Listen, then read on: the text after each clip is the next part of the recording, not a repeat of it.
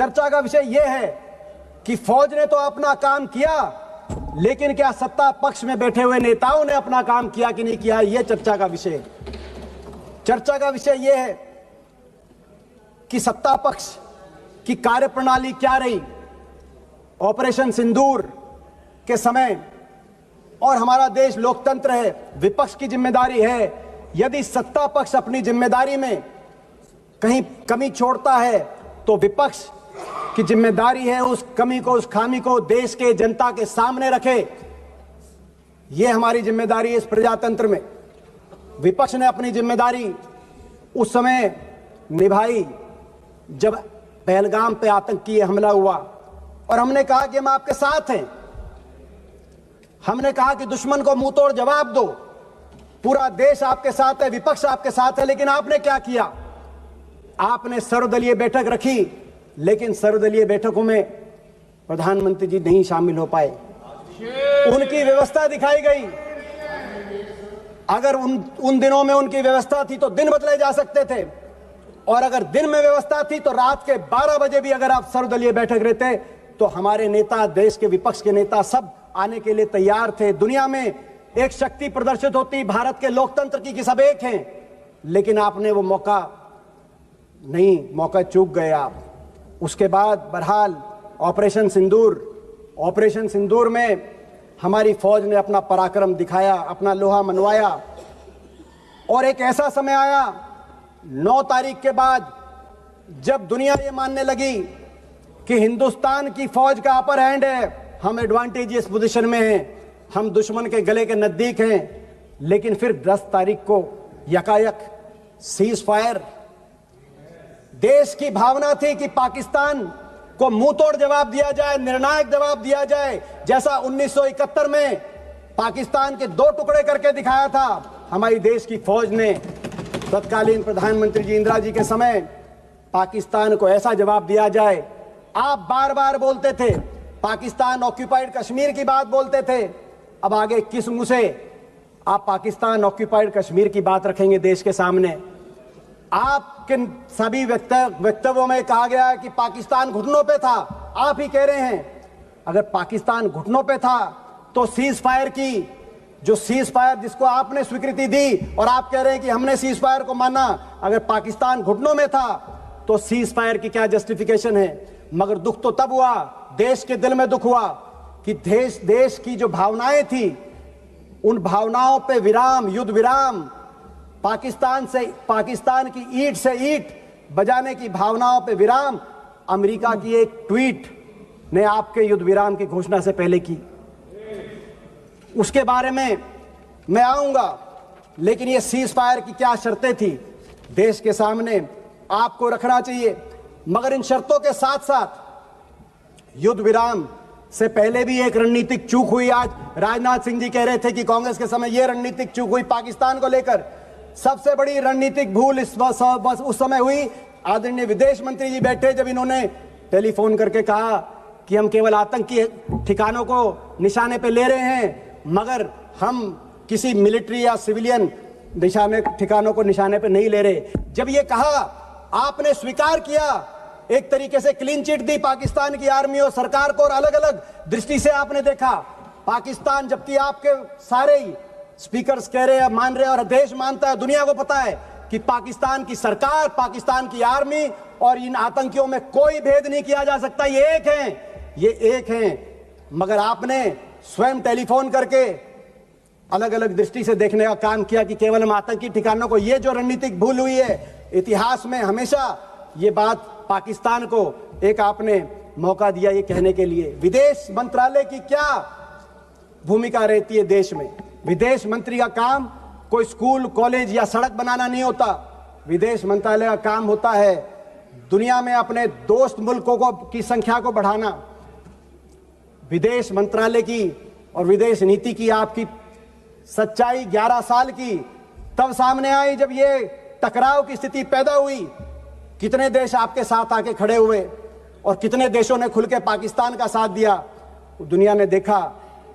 और ये बात कबूलनामा अभी मेरे मित्र जय पांडा भी कह रहे थे कि देशों की तरफ से पढ़ रहे थे कि उस देश ने आतंकी हमला का निंदा करी और उस देश ने निंदा करी। मैं पूछना चाहता हूं, एक देश का नाम बताओ जिसने आतंकी हमले की निंदा भी करी और यह भी कहा कि पाकिस्तान इसके पीछे है और हम पाकिस्तान की भी निंदा करते हैं। एक देश ने पाकिस्तान की निंदा नहीं करी।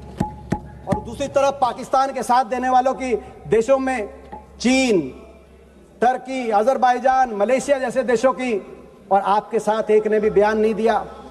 और ये बात आपको भी पता है, 11 साल की आपकी विदेश नीति, दुनिया में जो भ्रमण प्रधानमंत्री जी ने किया, विदेश मंत्री जी आपने किया, बाकी अधिकारियों ने किया, उसका सच तब सामने आया जब इस घटना के बाद आपको सांसदों पर अपना विश्वास व्यक्त करते हुए सांसदों के प्रतिनिधित्व मंडल भेजने पड़े। 11 साल से आप क्या कर रहे थे दुनिया में के चप्पे चप्पे में घूम के, जब आपको सांसदों पे आना पड़ा।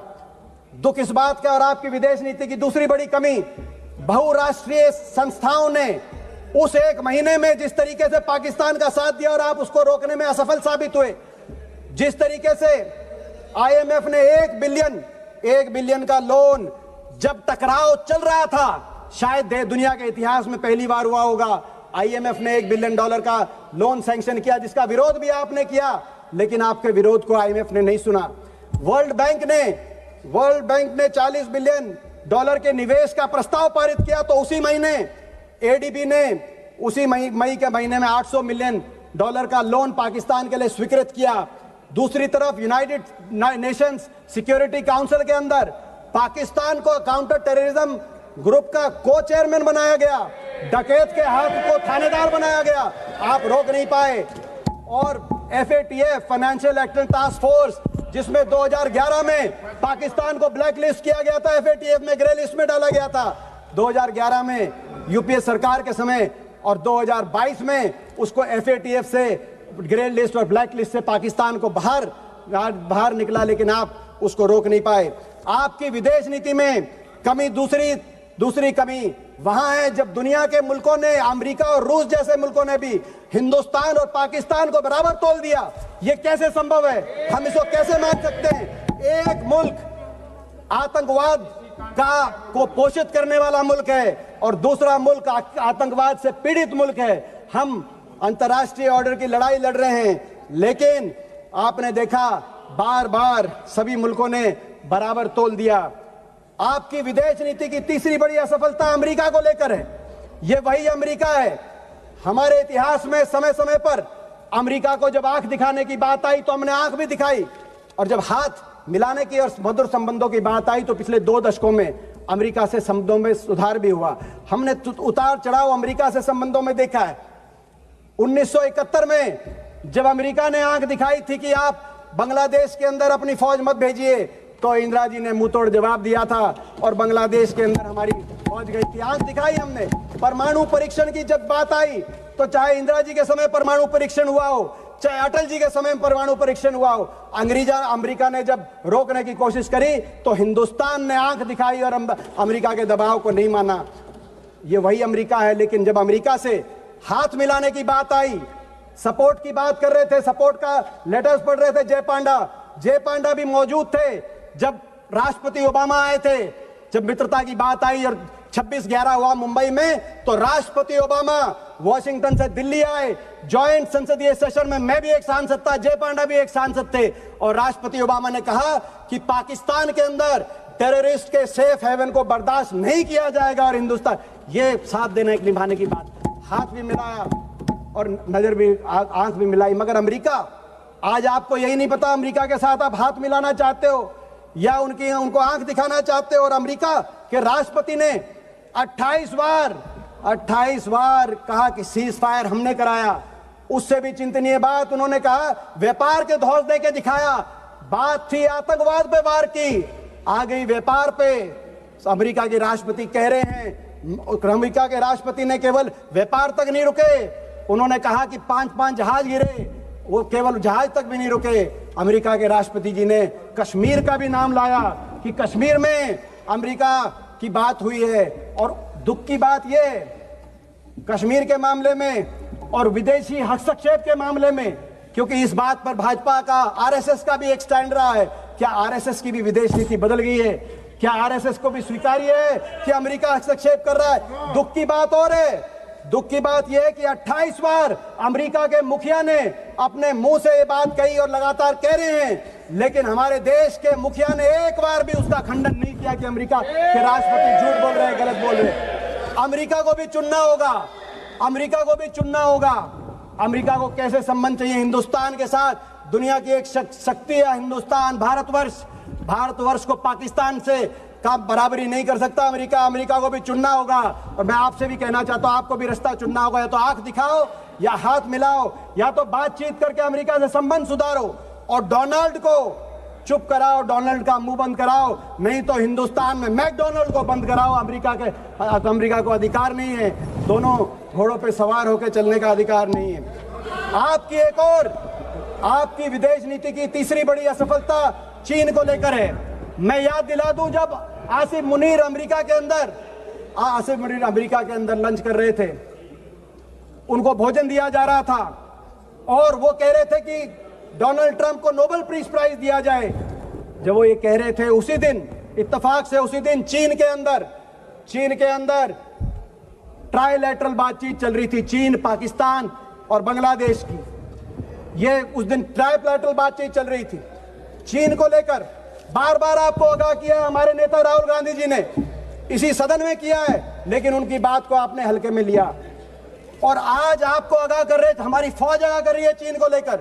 जो हमारे फौज के deputy chief of army staff है राहुल सिंह, उनका बयान आया कि चीन ये जो युद्ध था, इसमें पूरी तरीके से पाकिस्तान को सर्वेलेंस में, सैटेलाइट में, इक्विपमेंट में, प्लेटफॉर्म में, नेटवर्क में पूरी तरीके से पाकिस्तान का साथ चीन दे रहा था। और पाकिस्तान के डीजीएमओ की बात आई कि जब लड़ाई चल रही थी तो एमओ रूम के अंदर चीन के एम्बेसडर, पाकिस्तान में जो चीन के एम्बेसडर हैं, वो एमओ रूम में बैठे थे, पाकिस्तान के आर्मी के हेडक्वार्टर में बैठे थे। ये पाकिस्तान के डीजीएमओ ने कहा। लेकिन आपका क्या रिस्पॉन्स रहा? आपने चीन के एम्बेसडर को अभी तक दिल्ली में तलब करने का भी कार्रवाई नहीं करी, चीन को कार्रवाई नहीं करी। जब टर्की ने पाकिस्तान के साथ देने के लिए अपना बेड़ा बजाया, तो आपने टर्की के दुश्मन मुल्क साइप्रस में प्रधानमंत्री जी गए, अच्छा संदेश गया। मगर जो असली दुश्मन था चीन, आपको अगर संदेश देना था तो ताइवान में प्रधानमंत्री जी जाते, चीन को संदेश देते। चीन को भूल गए। और 6 जुलाई को जब जनरल राहुल सिंह ने कहा कि चीन इसके पीछे है, आपका क्या जवाब रहा? विदेश मंत्री जी, आप 10 जुलाई को बेजिंग चले गए, ताइवान नहीं, बेजिंग चले गए। और आपका ट्वीट आया, आपका वक्तव्य आया कि चीन की जो एससीओ की अध्यक्षता है उसका भारत समर्थन करता है और हमारे संबंधों में सुधार हो रहा है। किस बात का दबाव? चीन से। भारत एक स्वतंत्र, एक ऐसा देश है जिसको आज हल्के में नहीं लेना जाना चाहिए। आपकी एक और रक्षा मंत्री बोल रहे थे, मैं एक और डिफेंस प्रिपेयर्डनेस को लेकर भी इस बीच में कहना चाहूंगा। हमने देखा आर्मी वालों ने क्या कहा, एयरफोर्स वालों ने क्या कहा। मैं दो ही पढ़ना चाहता हूं, आर्मी और एयरफोर्स। आपको सुनना पड़ेगा वो क्या कह रहे हैं। रक्षा मंत्री जी, आपकी भी 11 साल की रक्षा नीति 11 साल की, उसका रिपोर्ट कार्ड जो हम कहें उससे मत मानना। मगर जो deputy chief of army staff lieutenant general Rahul Singh ने कहा, क्या कहा?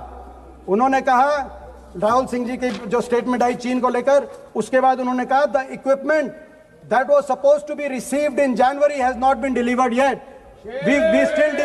We still depend on a lot of things from outside, and if all that equipment was made available, the story may have been little different. ये उन्होंने कहा। और हमारे air marshal Amarpreet Singh, जिन पे हमें गर्व है, उन्होंने क्या कहा? उन्होंने कहा, एयर मार्शल ने, हमने नहीं, उन्होंने कहा, not a single project that I can think of has been completed on time. Why should we promise something which cannot be achieved? Hooda ji, air force कह रही है, आर्मी कह रही है, और स्टैंडिंग कमेटी। एक सेकेंड हुड्डा जी, आपके पार्टी से आज की लिस्ट में बहुत सारे नाम आए हैं, इसलिए आप अपना भाषण जल्दी से खत्म कीजिए। और एक सेकेंड, एक सेकेंड, हुड्डा जी, एक सेकेंड, एक सेकेंड, हम आपको एक सेकेंड, हुड्डा जी, एक सेकेंड रुकिए। यदि सभा की सहमति हो तो सभा की कार्यवाही आज रात 12 बजे तक बढ़ा जाएगा। है? थैंक यू, धन्यवाद। आप आर्मी आप कंक्लूड कीजिए। केवल उन्होंने नहीं कहा, आदरणीय रक्षा मंत्री जी, केवल उन्होंने नहीं कहा, स्टैंडिंग कमेटी, क्योंकि संसदीय स्टैंडिंग कमेटीज की रिपोर्ट पर आपकी सरकार ध्यान नहीं देती। 2018 की रिपोर्ट, 2023 की रिपोर्ट क्या कह रही थी आपको? आप लगातार रक्षा बजट को घटा रहे हैं, जो सही नहीं है, और रक्षा बजट को बढ़ाइए। इन 11 वर्षों में रक्षा budget as a percentage of GDP और एज अ परसेंटेज ऑफ हमारा जो budget as a percentage of GDP, इन 11 वर्षों में रक्षा बजट 2.5% से घटकर 1.9% पे आप लेके आए। और ये जो रक्षा बजट एज अ जीडीपी के प्रतिशत में, ये रक्षा बजट 1962 के युद्ध के बाद सबसे नीचे स्तर पर आप लेके आए। और स्टैंडिंग कमेटीज आपको कह रही थी कि ये सही नहीं है। रक्षा बजट आपने कम किया, अग्निवीर जैसी योजनाएं आपने लेके आए, जिसने फौज, देश की फौज पे जिसमें हमें गर्व था, उसका हमारा मानना है कि वो फौज के लिए सही नहीं थी। लेकिन उससे भी एक और दुर्भाग्यपूर्ण बात यह है कि रक्षा बजट में एयरफोर्स मॉडर्नाइजेशन के बजट में भी आपने कटौती करने का काम किया, जो राहुल जी हमारे नेता बार बार जिस बात को लेकर आपको आगाह कर रहे हैं। आज हमारे देश में 60 स्क्वाड्रन की जरूरत है, 60 स्क्वाड्रन की, जो एयर मार्शल बोल रहे हैं। 41 स्क्वाड्रन, 41.1 स्क्वाड्रन यूपीए के समय, हमारे समय मंजूर हुए थे 2011 में, मगर धरातल पे केवल 31 स्क्वाड्रन आज एयरफोर्स के हैं। और इन 31 स्क्वाड्रन में से भी कई स्क्वाड्रन ऐसे हैं जिसमें जैगुआर जैसे जहाज हैं। ये वही जैगुआर है जो पिछले 6 महीने में 3 जैगुआर जहाजों